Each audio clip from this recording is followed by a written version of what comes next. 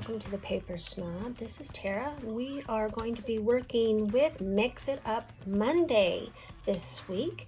And if you are new to this hop, there will be information below in my description box of how you can join the Facebook community group that hosts this, which is Peace, Craft, Love, and also be able to get the information that you need to set up for the hop.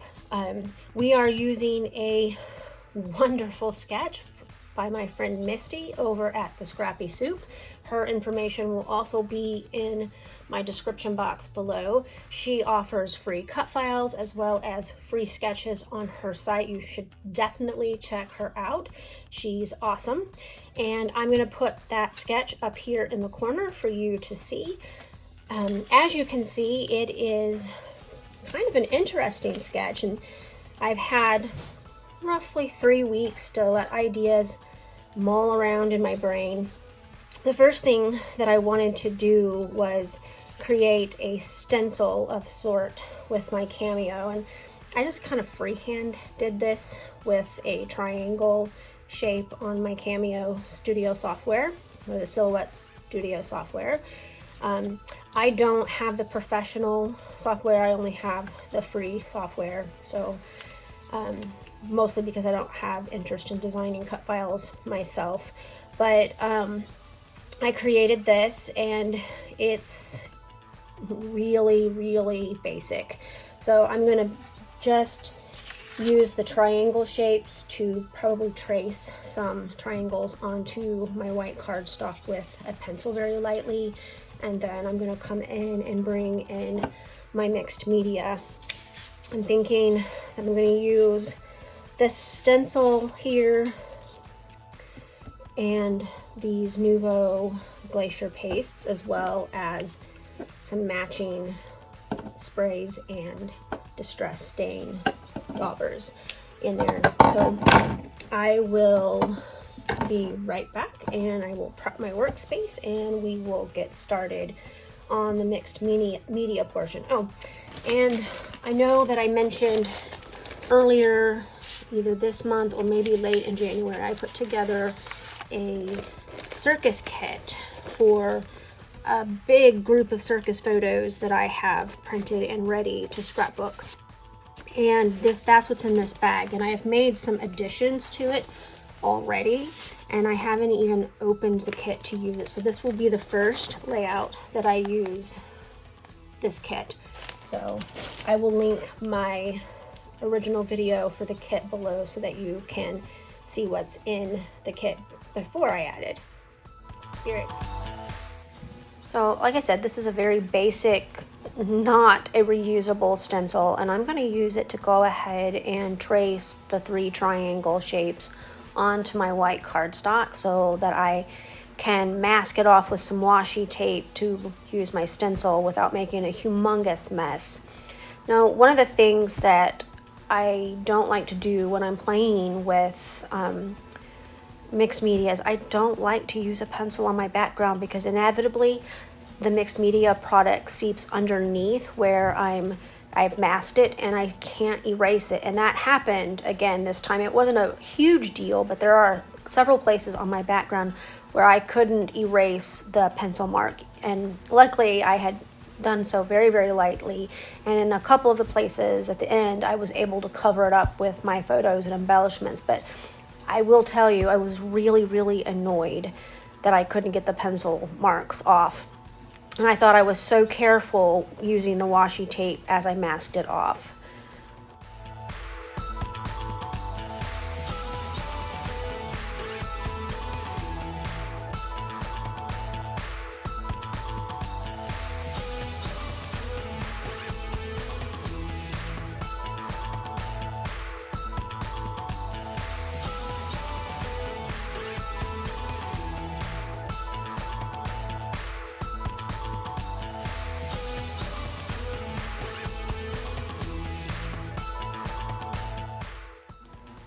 I keep a roll of washi tape on my desktop to use for stuff like this.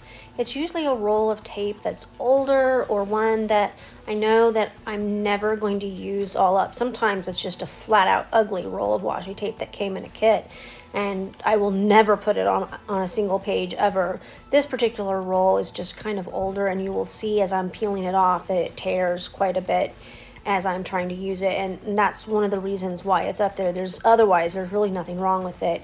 The sticky is still pretty good on it, but it's not wanting to come off that roll very well, and maybe that is why I had trouble with the pencil marks not erasing, because I had seepage from my Nuvo Glacier paste. But anyway, that's just a commentary from me about washi tape. Y'all, you need to use that stuff because it goes bad.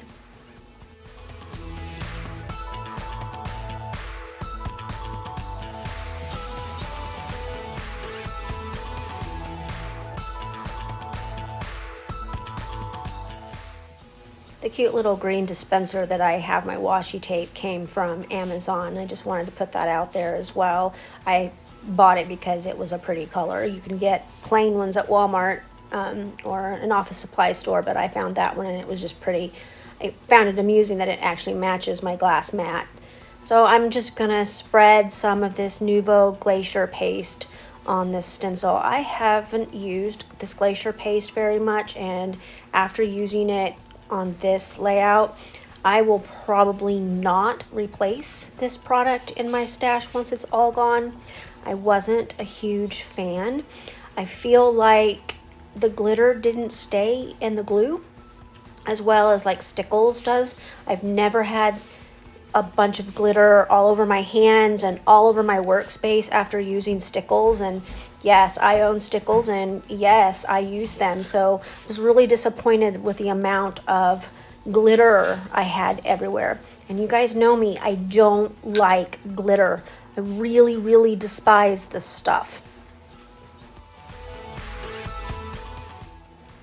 So I cleaned off my stencil after using the pink and my spatula as well, so that I wouldn't cross-contaminate the colors in each jar.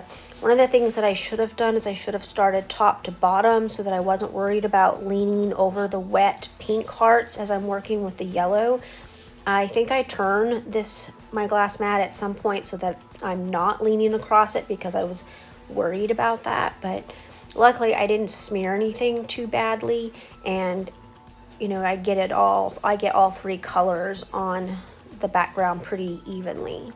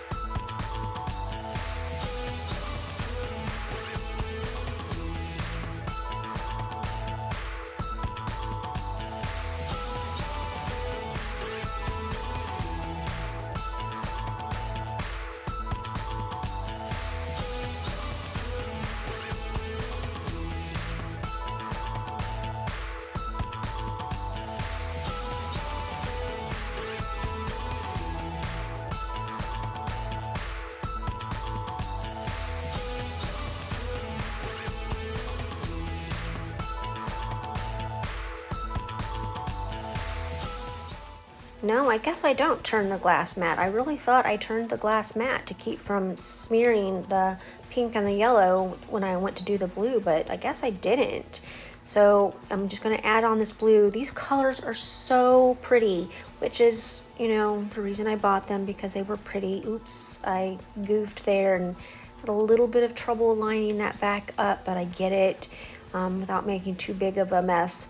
One of the things that I did notice with this stuff is it's not forgiving of mistakes, and so you can't wipe it off, which is a kind of a bummer. It leaves behind color and, of course, glitter.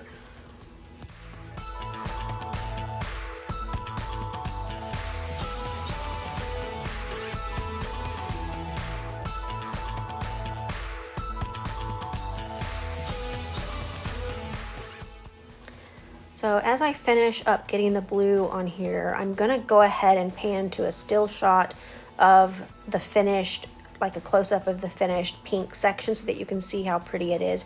It truly is really a pretty sparkly shine, and I enjoy looking at that sparkly shine. So off camera, I've removed my washi tape and I've erased most of the lines. If you look, you can see where I got some of the product in the space where I didn't stencil, because like I said, it is not a forgiving product. You cannot wipe it off. I've sprayed the 2 sprays and put the distress color on a piece of plastic left over from a paper pack, and I'm going to use it basically as an ink palette so that I can go ahead and get some of the watery color on here. At one point, I was wishing that I had just had 3 separate sheets of plastic so that I could just ink smush, because it would have been faster. I was having trouble getting enough ink quickly enough on there, but it's okay. I like how it turned out. Once it dried, I was a little more pleased with my background. I had told a friend privately that I was pretty ticked off at this background, to the point of, if I hadn't been on a time crunch trying to get this video recorded and done in time for Monday, I might have thrown it away and started over, but I just did not have the time for that, and so I had to make it work, and I'm glad I did, because it did turn out really well. I also noticed that my distress stain smells weird. Does anybody else's distress stain smell weird? I was like, oh, this really kind of stinks. What is that smell? I have a really sensitive nose, and maybe nobody else would notice it, but the whole time I'm playing with it, I'm noticing that it smells funny.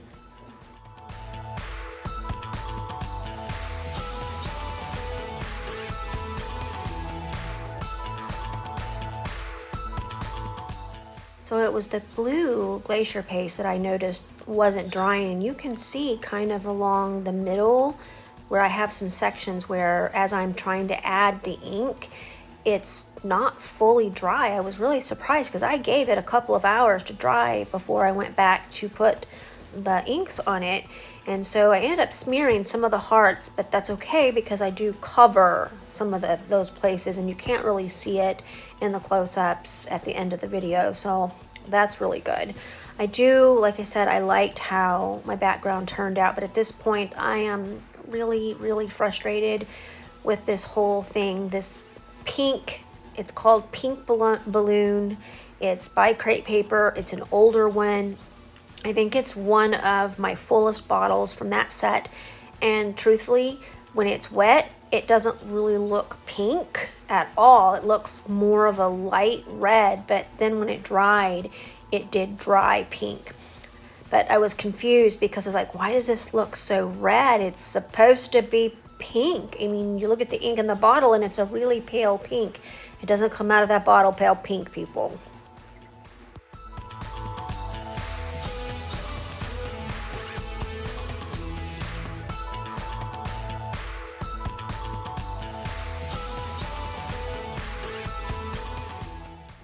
So I get frustrated here with trying to use the watercolor brush.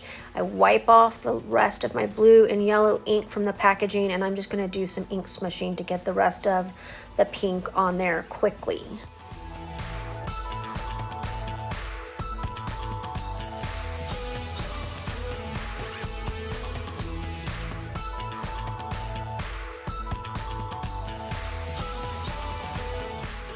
As I mentioned, I'm using my Circus kit that I put together, and I have pulled a sheet of the cut apart pattern paper.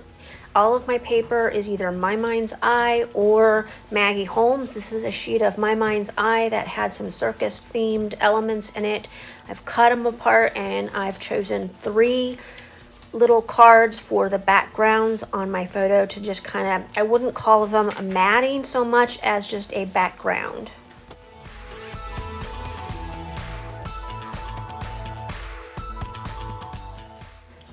So I'm using a liquid glue, my Scotch quick dry glue, to adhere things to this layout. Normally for photos, I tend to use my ATG gun, but when I'm using with mixed media, I like to use a liquid glue, one, so that I can move things around a little bit, and two, once that liquid glue dries, it adheres better to the mixed media than the ATG does. That's just a personal preference. I'm also using my distressor tool to distress the edges of these little cards. These cards are super cute, and I put 2 sheets of them in my circus kit, and so I'm hoping that I can use up all of this circus themed paper, because I don't have any more circus themed photos after this, because this was supposed to be the very last Ringling Brothers circus ever. They were closing down after this. This was taken in April of 2015.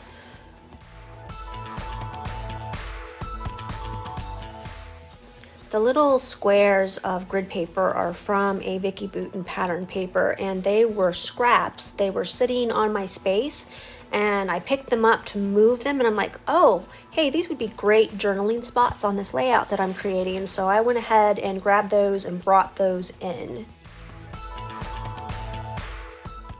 While I was waiting for my background to dry, I went ahead and printed out my journaling, put it on foam tape. I also put foam tape behind my alphabet tile stickers so that those would be ready to just plop down on this layout when the background was dry.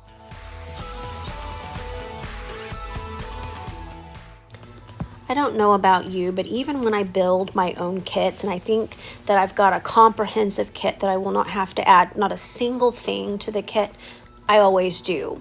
And in this case, I pulled in a couple of items from my February CKCB kit, the word cherish and those puffy stickers. The puffy stickers actually match my circus kit really, really well, and that cute little tiger that's on them is probably going to get featured on the layout with the photos of the tigers.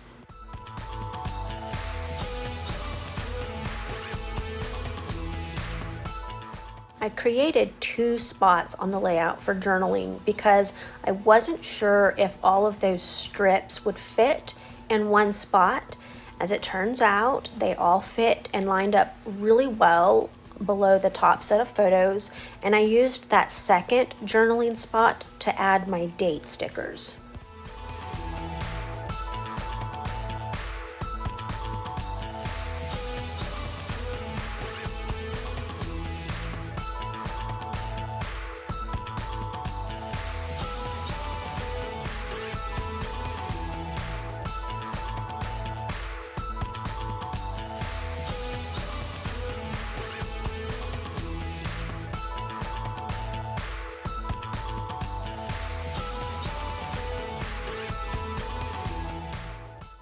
I want to remind you to check out that description box below my video. There is a collaborative playlist there where you can check out all of the hot participants for Mix It Up Monday. This is a talented group of people. You definitely want to check out their videos and make sure that you see all of the wonderful things that they create using this sketch. There's also the links to Crafty Soup's free sketches, and she has free cut files on her site as well, so make sure you check her out as well. Thank you for stopping by my channel today. I hope that you have a great Monday. Bye.